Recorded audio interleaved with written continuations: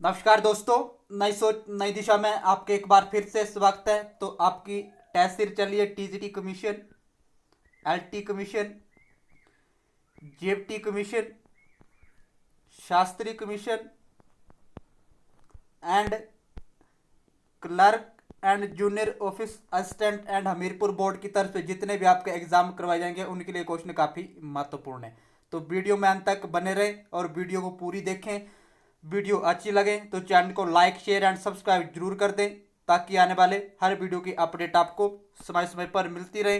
Video के अंत में महत्वपूर्ण टॉपिक के बारे में विस्तार से चर्चा करेंगे और आपसे क्वेश्चन पूछूंगा, तो वीडियो को अंत तक देखें। तो चलते हैं आज के पहले क्वेश्चन की तरफ।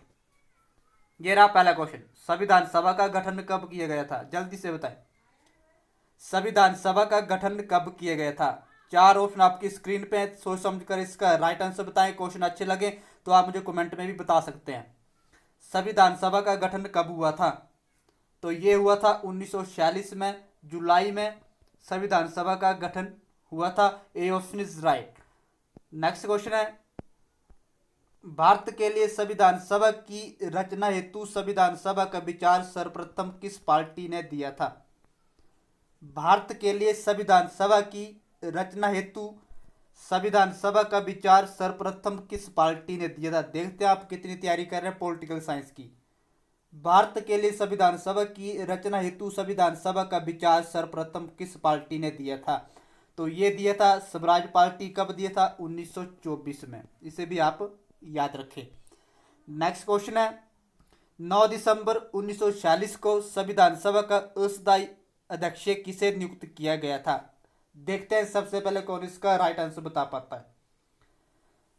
और बात करें 9 दिसंबर 1946 को, तो संविधान सभा की प्रथम बैठक हुई थी दिल्ली में। इसे भी आप याद रखें। 9 दिसंबर संविधान 9 दिसंबर 1946 को संविधान सभा की प्रथम बैठक हुई थी दिल्ली में। इसे भी आप याद रखें। और 9 दिसंबर 1946 को संविधान सभा का अस्थायी अध्यक्ष किसे बनाया गया था? तो इसे बनाया गया था डॉक्टर सच्चिदानंद सिन्हा को। B option is right. Next question है, 11 दिसंबर 1946 को संविधान सभा का स्थायी अध्यक्ष किसे नियुक्त किया गया था? पहले हमने बात की 9 दिसंबर 1946 को अस्थायी अध्यक्ष की, तो वो बनाया गया था डॉक्टर सच्चिदानंद सिन्हा को। अब बात हो रही है 11 दिसंबर 1946 को संविधान सभा का स्थायी अध्यक्ष किसे बनाया गया था? जल्दी से बताएं। तो ये बनाया गया था डॉक्टर राजेंद्र प्रसाद को। 11 दिसंबर 1946 को संविधान सभा का स्थायी अध्यक्ष बनाया गया था। C option is right. Question अच्छे लगे तो कमेंट के जरिए अपने सुझाव दे सकते हैं। बहुत ही महत्वपूर्ण क्वेश्चन करवाए जाएंगे आने वाले हिमाचल एग्जाम के लिए। नेक्स्ट क्वेश्चन है, किसकी अध्यक्षता में 7 सदस्यों वाली प्रारूप समिति बनाई गई थी? किसकी अध्यक्षता में 7 सदस्यों वाली प्रारूप समिति बनाई गई थी? चार ऑप्शन आपको दिए हैं, ध्यान से इसका राइट आंसर बताएं। Pandit Jawaharlal Nehru, doctor Sachchidanand Sinha, doctor Rajendra Prasad, doctor Bhimrao Ambedkar. तो आपको एग्जाम में इस तरह से पूछ सकते हैं कि किसकी अध्यक्षता में 7 सदस्यों वाली प्रारूप समिति बनाई गई थी और प्रारूप समिति में कितने सदस्य होते हैं? 7। आप इसे याद रखें। तो जल्दी से बताएं, किसकी अध्यक्षता में 7 सदस्यों वाली प्रारूप समिति बनाई गई थी? तो डॉक्टर भीमराव अंबेडकर की अध्यक्षता में 7 सदस्यों वाली प्रारूप समिति बनाई गई थी। D option is right. Next question है, संविधान सभा में प्रमुख संचालन समिति के अध्यक्ष कौन थे? जल्दी से बताएं। संविधान सभा में प्रमुख संचालन समिति के अध्यक्ष कौन थे? जल्दी से बताएं। देखते हैं सबसे पहले कौन इसका राइट आंसर बता पाता है। संविधान सभा में, यहां से भी आपका हर एग्जाम में क्वेश्चन पूछे जाएंगे और यहां से एक क्वेश्चन जरूर बनता है हर एग्जाम में। तो किसी भी टॉपिक को पढ़ने से पहले आप अच्छे से पढ़ें और इस चैनल के माध्यम से आपको महत्वपूर्ण टॉपिक के बारे में विस्तार से बताया जाएगा। संविधान सभा में प्रमुख संचालन समिति के अध्यक्ष कौन थे? जल्दी से बताएं। तो प्रारूप समिति में कितने अध्यक्ष बताए मैंने आपको? 7। तो जो पहली समिति थी संविधान सभा में प्रमुख संचालन समिति के अध्यक्ष कौन थे? जल्दी से बताएं। ये आपकी पहली समिति थी संचालन समिति। जल्दी से बताएं इसके अध्यक्ष कौन थे? तो ये थे आपके डॉक्टर राजेंद्र प्रसाद। इनके द्वारा संविधान सभा की जो संचालन समिति थी, इसके वे अध्यक्ष थे डॉक्टर राजेंद्र प्रसाद। तो अब नेक्स्ट बात करते हैं जियोग्राफी की।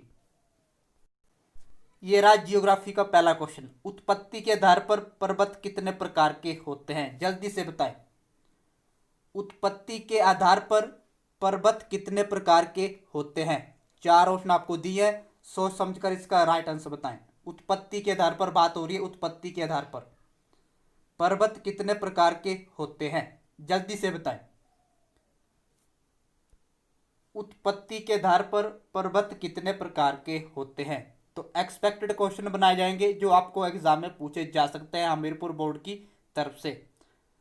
तो ये होते हैं आपके चार। उत्पत्ति के आधार पर पर्वत कितने प्रकार के होते हैं। बात करें जो पहला पर्वत है बल्लित या मोड़दार पर्वत, मोड़दार पर्वत। नेक्स्ट बात करें जो आपका सेकंड पर पर्वत है वो आपका ब्लॉक या अवरोधी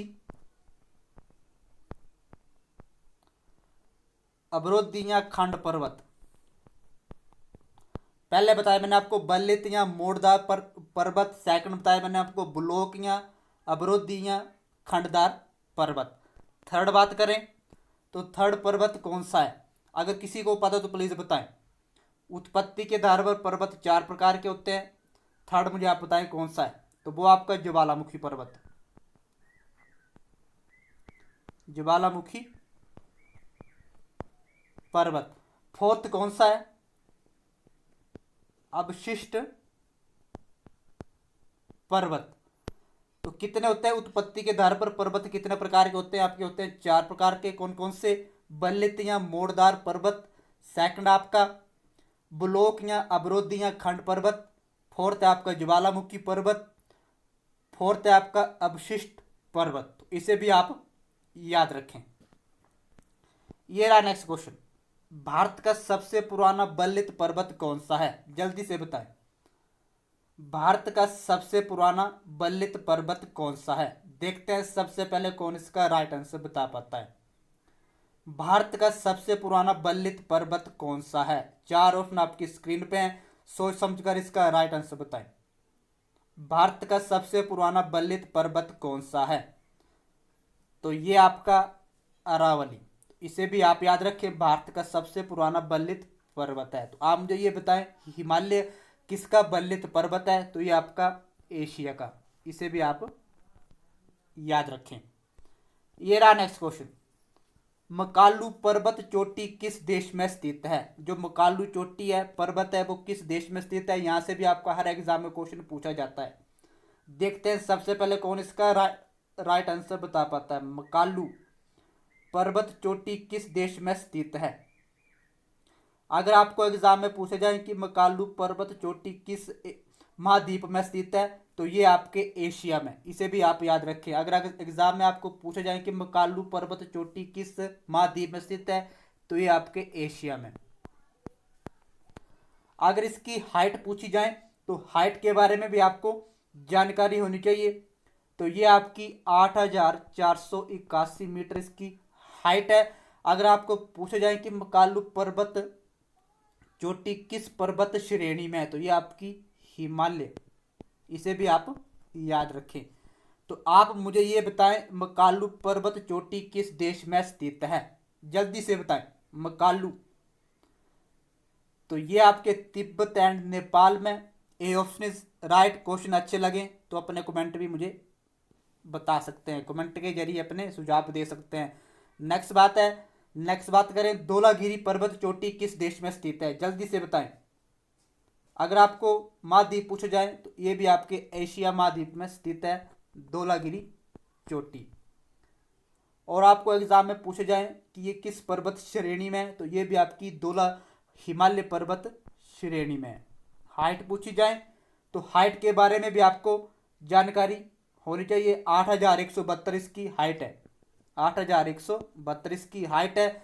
धौलागिरी पर्वत चोटी किस देश में स्थित है, जल्दी से बताएं। तो ये आपके भारत में, D option is right. Next question है, कंचनजंगा पर्वत चोटी किस देश में स्थित है? जल्दी से बताएं, कंचनजंगा पर्वत चोटी किस देश में स्थित है? अगर एग्जाम में पूछे जाए कि किस महाद्वीप में स्थित है, तो ये आपके एशिया में, जितनी मैंने अभी आपको चोटियां बताई वो सारी आपकी एशिया महाद्वीप में स्थित है और हिमालय पर्वत श्रेणी में ये स्थित है। हाइट पूछी जाए तो हाइट के बारे में भी आपको जानकारी होनी चाहिए। 8,598 इसकी हाइट है। इतने सारे मैंने आपको फैक्ट बता रहा हूँ, आशा करता हूँ कि आने वाले हिमाचल एग्जाम के लिए आपको ये भूलेंगे नहीं और जितने भी यहाँ से क्वेश्चन पूछे जाएंगे तो आपका बिल्कुल सही होगा। तो जल्दी से बताएं, कंचनजंगा पर्वत चोटी किस देश में स्थित है? जल्दी से बताएं। तो ये आपके Nepal and Tibet, Nepal and Tibet, B option is right. Next question है, उष्ण कटिबंधीय सवाना घास के मैदान किस देश में पाए जाते हैं? जल्दी से बताएं, उष्ण कटिबंधीय सवाना घास के मैदान किस देश में पाए जाते हैं? अभी तक आपने सुना होगा कि सवाना घास के मैदान किस देश में पाए जाते हैं। हमीरपुर बोर्ड की तरफ से आपको इस तरह से पूछ सकते हैं कि उष्ण कटिबंधीय जो सवाना घास के मैदान है वो किस देश में पाए जाते हैं? जल्दी से बताएं।